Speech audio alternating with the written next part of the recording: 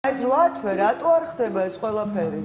რატო არ დუხს ქვეყანა? არა, რატო არ დუხს? რატო? ჩვენ არ ვცნობთ არჩევნების შედეგებს, მაგრამ ბარიერის მაჩვენებელს ვცნობთ. რანაირად?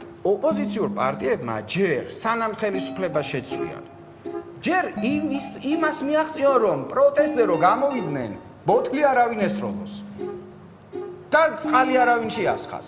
არც ერთი მათგანი არ არის ავტორიტეტი პროტესტზე მყოფი ადამიანებისთვის. რა ძალაუფლების სრულებაზე მელაპარაკებიან ბარიკადების ერთხარეს მყოფი ადამიანები, ესე იგი ოპოზიციური ჯგუფები, ადგილზე მყოფ პროტესტანტებს ვერ ელაპარაკებიან, მიკროფონი რო დაიჭირონ, კაცი არ მოусმენს, ტვენას დაუწყებენ. დაგასაგებია რატომაც. სიგიჟეში ვარ.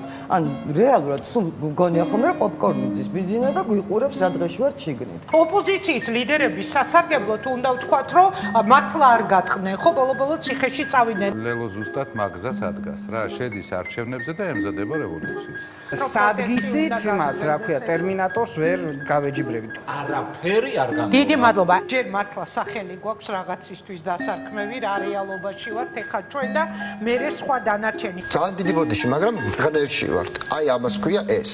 ყველანი ვხედავთ მძღნელში, მეგობრებო.